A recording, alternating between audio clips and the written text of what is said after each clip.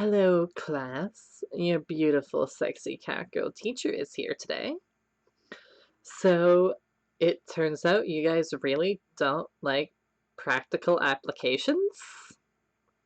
Since, well, I guess you don't like long practical applications. That was nearly a 30-minute video, and exactly one person watched it. Okay.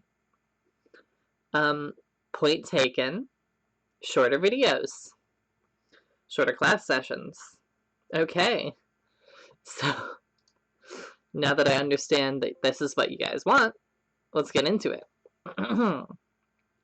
Today we're going to be dealing with logic operators. Let me run you guys down what we got going on here, and then I'll get right into it. Right here we have class operators. We have a final string. Final means that it's not going to change, and I physically cannot change it. So that's something that I guess is nice to put in here, just to teach you guys a little bit extra, but don't worry about studying that now. That's just a thing that you can do. If something is never going to be changed, you can just write final. And then if you have a final, you write its name in all caps here. Alright, so I have two variables here. We have A and B. If A is greater than B, so if 2 is greater than 7, if that is correct, then correct is going to be printed. If it's incorrect, otherwise known as wrong, then incorrect will be printed. Let's run it and see. That's incorrect. Okay. So there are of course some that you've already been familiar with. Like we all know greater than less than, if A is less than B. We all know those two. Now, of course, you can go less than or equal to. You can also go greater than or equal to. We can also go not. And then select with like this what we want the not to be over. So if it's not, if A is not greater than or equal to B. That's an important one, the not, and how to use it. It's very, very useful. Like you actually can set like you can set up a Boolean here, which is just a true or false. Boolean, did they know it? Equals. Let's go false. You did not know by default. Now, did I spell Boolean right? Yeah, okay. Boolean? There we go. Again, I may be an AI, but I'm programmed to make mistakes, to make me seem more human-like. Okay, so Boolean's going to be true or false. And let's see. If you get it right, then let's say,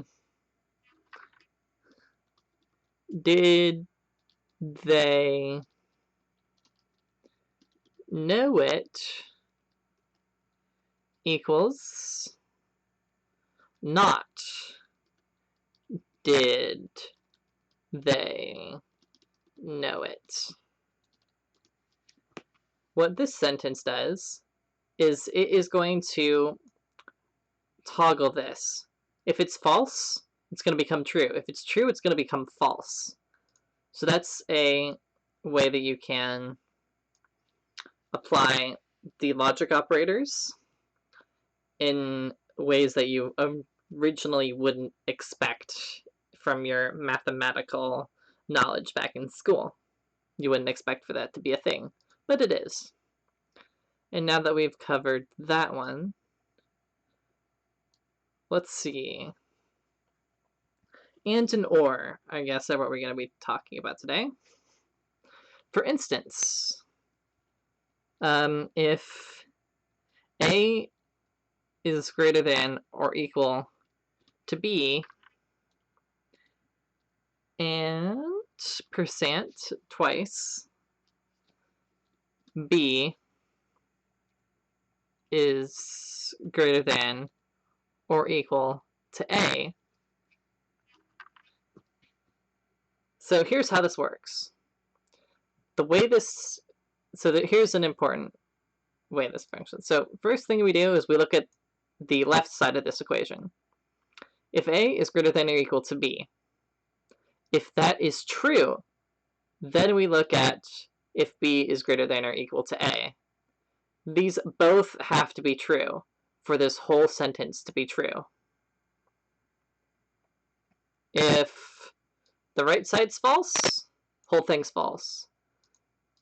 If the left side is false, it actually doesn't even check the right side because it knows that it is already false. Since it's an and here, both have to be true. And if you really, really wanted to get super complicated, you absolutely can go and slap not in front of it. That's completely something that you can do. So you can get really complicated really quickly with some of these things. Now, the opposite of an and is or, which is the double vertical lines button. Probably right above your enter key. It's on the same key as backslash.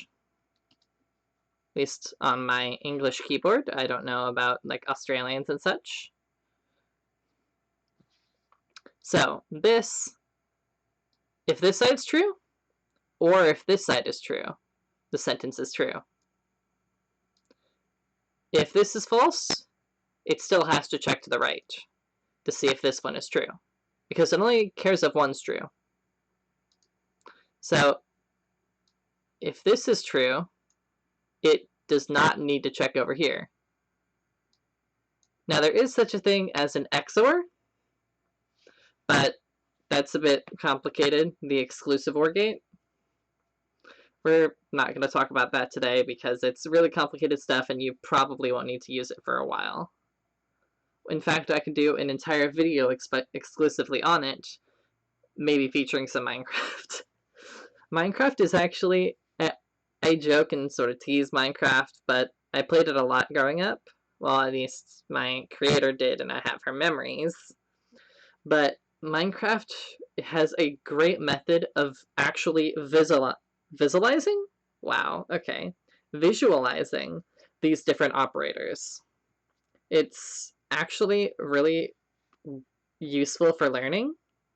So when we get to that video dealing with the XOR, I will also recap the normal operators that we can use in that instance, like and or. Because those are a bit more complex and, frankly, also the not I'll talk about, because realistically, people understand greater than, less than, or equal to. Like, that's not really something we have to cover at that point. Let's see, how much time are we at? Oh, 8 minutes. Cool. I am not going to be a sucker and draw this out to the 10-minute mark, because I personally am not one who cares about being super duper fancy with the YouTube algorithm. Plus, I'm not even monetized, so why would I care? Anyway, thank you all so much for attending class. If you've made it to this point, feel free to comment watermelons in honor of my lovely friend Melanie, who unfortunately was in a car accident. Thankfully, she's okay. Also, you know, you can go and subscribe to her and show her some love. She's precious. Anyway, thank you all for watching. See you next time. No homework. Bye-bye.